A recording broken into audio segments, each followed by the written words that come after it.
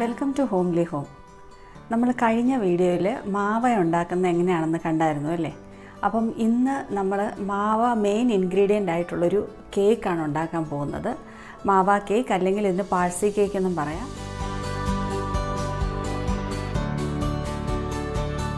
അപ്പം ഈ കേക്കിൻ്റെ ഒരു പ്രത്യേകത എന്ന് പറഞ്ഞാൽ ഇത് മാവയാണ് അതിൻ്റെ മെയിനായിട്ടുള്ള ടേസ്റ്റ് കൊടുക്കുന്ന ഒരു ഇൻഗ്രീഡിയൻ്റ് എന്ന് പറയുമ്പോൾ മാവയാണ്. അപ്പം അത് കണ്ടു നോക്കാത്തവരുണ്ടെങ്കിൽ അതിൻ്റെ ലിങ്ക് മേളിൽ ഐ കാർഡിലും അതുപോലെ ഈ വീഡിയോയുടെ താഴെ ഡിസ്ക്രിപ്ഷൻ ബോക്സിലും കൊടുത്തേക്കാം. കാണാത്തവർ കണ്ടു നോക്കാം. അപ്പോൾ നമുക്ക് ഇന്നത്തെ ഈ കേക്ക് ഉണ്ടാക്കുന്നത് എങ്ങനെയാണെന്ന് ഒട്ടും വൈകാതെ തന്നെ കണ്ടു നോക്കാം. Keep watching. നമ്മുടെ കേക്ക് ഉണ്ടാക്കാനായിട്ട് ഇവിടെ ഒരു ബൗൾ എടുത്തിട്ടുണ്ട്. ഇതിലേക്ക് റൂം ടെമ്പറേച്ചറിലുള്ള 1/2 കപ്പ് ബട്ടർ ആഡ് ചെയ്ത് കൊടുക്കാം. അൺസോൾട്ടഡ് ബട്ടറാണ് ഇവിടെ യൂസ് ചെയ്തിരിക്കുന്നത്. ഇനി ഈ ബട്ടർ ജസ്റ്റ് ഒന്ന് ഇളക്കി ഒന്ന് മിക്സ് ചെയ്തെടുക്കാം. ഇനി ഈ ബട്ടറിലേക്ക് 1 കപ്പ് പൗഡേർഡ് ഷുഗർ ആഡ് ചെയ്ത് കൊടുക്കാം. ഒരു പകുതി ആദ്യം ഇട്ട് കൊടുത്തതിന് ശേഷം നല്ലപോലെ നമുക്ക് ഈ ബട്ടറുമായിട്ട് ഇളക്കി യോജിപ്പിച്ചെടുക്കണം. അതിനുശേഷം ബാക്കി പകുതി ഇട്ട് കൊടുത്താൽ മതിയാവും. നമുക്കപ്പം നന്നായിട്ടിത് ബട്ടറുമായിട്ടൊന്ന് ഇളക്കി യോജിപ്പിച്ചൊന്ന് മിക്സ് ചെയ്തെടുക്കാം. ഇനി ഇതിലേക്ക് ബാക്കി പഞ്ചസാരയും കൂടെ നമുക്ക് ആഡ് ചെയ്ത് കൊടുക്കാം. അതിനുശേഷം നല്ലപോലെ നമുക്കൊന്ന് ഇളക്കി യോജിപ്പിച്ചെടുക്കണം. നന്നായിട്ടൊന്ന് മിക്സ് ചെയ്തെടുക്കാം. നമ്മുടെ ഈ ബട്ടറിൻ്റെ ടെക്സ്ചർ നല്ലൊരു സിൽക്കി സോഫ്റ്റ് ആയിട്ടുള്ളൊരു ടെക്സ്ചർ ആവുന്നിടം വരെ നമുക്കിതൊന്ന് മിക്സാക്കി എടുക്കണം. ഇപ്പം നല്ല കറക്റ്റ് പരുവത്തിന് നമുക്കിതിവിടെ കിട്ടിയിട്ടുണ്ട്. ഇനി ഇതിലേക്ക് ഒരു 1/2 കപ്പ് പുളിയില്ലാത്ത തൈര് നമുക്ക് ആഡ് ചെയ്ത് കൊടുക്കാം. ഇതിലേക്ക് ഒരു പിഞ്ച് സോൾട്ട് കൂടെ ആഡ് ചെയ്ത് കൊടുക്കാം. അതിനുശേഷം ഇതെല്ലാം കൂടെ നന്നായിട്ടൊന്ന് ഇളക്കി നന്നായിട്ടൊന്ന് കമ്പൈൻ ചെയ്തിട്ട് എടുക്കണം.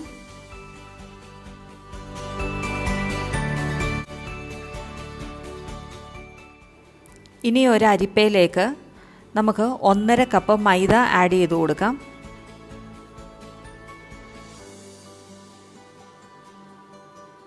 അതുപോലെ തന്നെ 1 ടീസ്പൂൺ ബേക്കിംഗ് പൗഡർ ആഡ് ചെയ്ത് കൊടുക്കാം. 1/2 ടീസ്പൂൺ ബേക്കിംഗ് സോഡ ഇട്ട് കൊടുക്കാം. എന്നിട്ട് ഇതെല്ലാം കൂടെ നല്ലപോലെ നമുക്കൊന്ന് അരിച്ചെടുക്കണം. ഇതിനകത്തുള്ള കട്ടകളെല്ലാം മാറുന്നിടം വരെ നന്നായിട്ട് നമുക്കൊന്ന് അരിച്ചെടുക്കാം. ഇപ്പോൾ ഇതെല്ലാം ഇവിടെ നല്ലപോലെ അരിച്ചെടുത്തിട്ടുണ്ട്. ഇനി നമുക്ക് ഇത് എല്ലാം കൂടെ നല്ല ജെൻറ്റിലായിട്ട് കട്ട് ആൻഡ് ഫോൾഡ് മെത്തേഡിൽ ഇതുപോലെ ഈ കാണിക്കുന്നത് പോലെ നമുക്കൊന്ന് മിക്സ് ചെയ്തെടുക്കാം.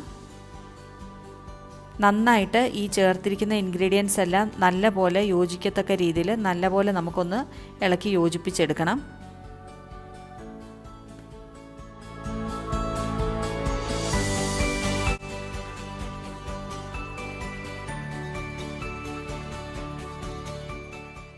ഇപ്പോൾ ഇതിലേക്ക് ബാക്കി ഇൻഗ്രീഡിയൻസ് എല്ലാം നല്ലപോലെ നമ്മൾ കമ്പൈൻ ചെയ്തെടുത്തിട്ടുണ്ട്.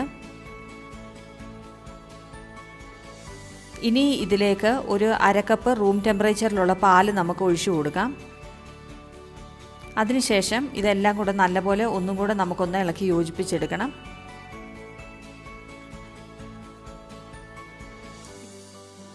ഇവിടെ നമ്മൾ എടുത്തിരിക്കുന്ന മെഷർമെൻ്റ് എല്ലാം 250 ml മെഷറിംഗ് കപ്പിൻ്റെ ബേസ് ചെയ്തിട്ടാണ് എല്ലാ ഇൻഗ്രീഡിയൻസും നമ്മൾ എടുത്തിട്ടുള്ളത്.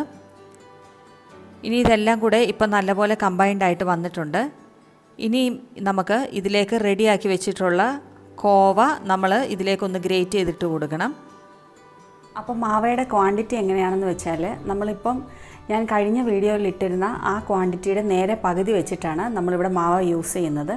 അതായത് 1 ടേബിൾ സ്പൂൺ ഗീ, 1/4 കപ്പ് പാല്, അതുപോലെ തന്നെ 1/2 കപ്പ് മിൽക്ക് പൗഡർ. അതാണ് നമ്മൾ കേക്കിന് യൂസ് ചെയ്ത മാവയുടെ മെഷർമെൻ്റ് എന്ന് പറഞ്ഞത്. അപ്പം നിങ്ങൾ മാവ ഫ്രഷായിട്ടാണ് പ്രിപ്പയർ ചെയ്യുന്നതെന്നുണ്ടെങ്കിൽ അത് ഡയറക്റ്റായിട്ട് കൈകൊണ്ടൊന്ന് പൊടിച്ചിട്ട് നമുക്ക് കേക്കിൽ ആഡ് ചെയ്യാം. ഫ്രിഡ്ജിൽ വെച്ചിട്ട് യൂസ് ചെയ്യുന്ന മാവയാണെങ്കിൽ അത് ഫ്രിഡ്ജിൽ വെച്ചതിന് ശേഷം പുറത്ത് കുറച്ച് റൂം ടെമ്പറേച്ചറിലായതിന് ശേഷം അതൊന്ന് ഗ്രേറ്റ് ചെയ്ത് കേക്കിലിട്ടാലും മതിയാവും. ഇനി ഇതെല്ലാം കൂടെ നല്ലപോലെ ഒന്ന് ഇളക്കി നന്നായിട്ടൊന്ന് യോജിപ്പിച്ചെടുക്കാം.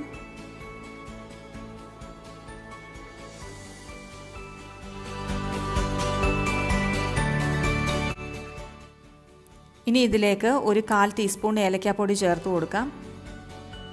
അതിനുശേഷം ഇതെല്ലാം കൂടെ ജസ്റ്റ് ഒന്നും കൂടെ നമുക്കൊന്ന് മിക്സ് ചെയ്തെടുക്കാം.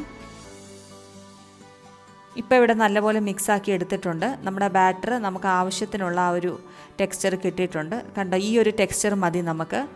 ഈ ഒരു കൺസിസ്റ്റൻസിയിൽ മതി നമുക്ക് ഇതിൻ്റെ ബാറ്റർ. ഇനി ഇവിടെ ഒരു കേക്ക് ടിന്ന് ഞാൻ ഓൾറെഡി ഗ്രീസ് ചെയ്തെടുത്തിട്ടുണ്ട്. ഓയിലോ ബട്ടറോ വെച്ച് ഗ്രീസ് ചെയ്താൽ മതിയാവും. ബട്ടർ പേപ്പറും ഇട്ടിട്ടുണ്ട്. ഇനി ഇതിലേക്ക് നമുക്ക് റെഡിയാക്കി വെച്ചിരിക്കുന്ന ബാറ്റർ ഒഴിച്ചു കൊടുക്കാം. ഈ കേക്കിൻ്റെ ബാറ്റർ ഈ ഒരു ടെക്സ്ചറിൽ തന്നെ മതിയാവും.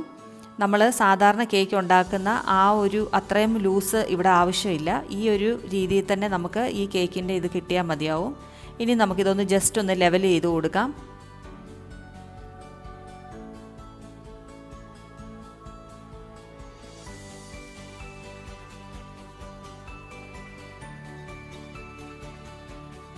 ഇപ്പം നമ്മളിവിടെ ലെവൽ ചെയ്തെടുത്തിട്ടുണ്ട്. ഇനി ഇത് നല്ലപോലെ ഒന്ന് ടാപ്പ് ചെയ്തെടുക്കാം. അതിനുശേഷം നമ്മൾ ചോപ്പ് ചെയ്ത് വെച്ചിട്ടുള്ള കുറച്ച് ബദാം ഇതിൻ്റെ മുകളിലേക്ക് ഇട്ട് കൊടുക്കാം.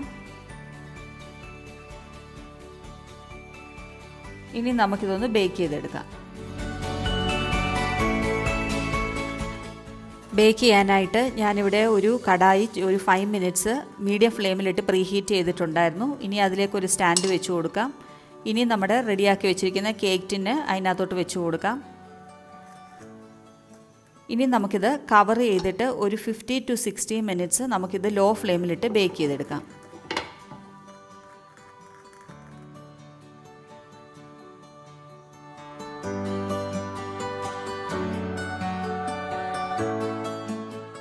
ഇപ്പോൾ ഇത് ബേക്ക് ചെയ്യാൻ വെച്ചിട്ട് കൃത്യം 1 മണിക്കൂറായിട്ടുണ്ട്.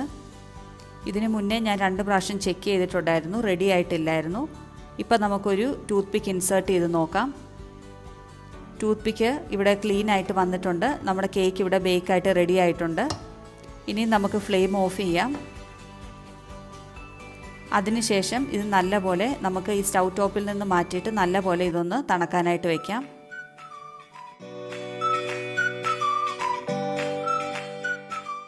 അങ്ങനെ നമ്മുടെ കേക്ക് ഇപ്പം ഇവിടെ നല്ലപോലെ കൂളായിട്ട് വന്നിട്ടുണ്ട്.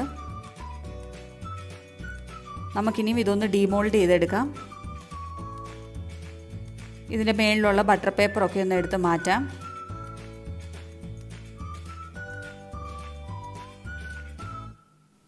ഇനി നമുക്ക് ഈ കേക്ക് ഒന്ന് കട്ട് ചെയ്ത് നോക്കാം. കട്ട് ചെയ്യുമ്പോഴേ അറിയാം നല്ല സൂപ്പർ സോഫ്റ്റ് ആയിട്ടുള്ള കേക്കാണിത്.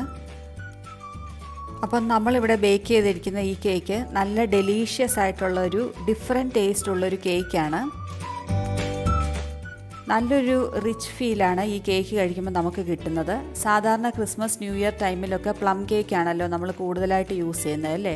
എന്നാൽ ഒരു ഡിഫറെൻറ്റ് ടേസ്റ്റ് ആഗ്രഹിക്കുന്നവർക്ക് ധൈര്യമായിട്ട് ട്രൈ ചെയ്യാൻ പറ്റിയ ഒരു കേക്ക് റെസിപ്പിയാണിത്. അപ്പം ഇന്നത്തെ ഈ കേക്ക് റെസിപ്പി എല്ലാവർക്കും ഇഷ്ടമായെന്ന് വിശ്വസിക്കുന്നു.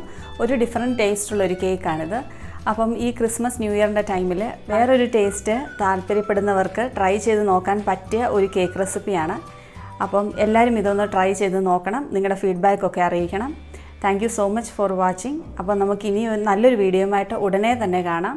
Till then take care. By.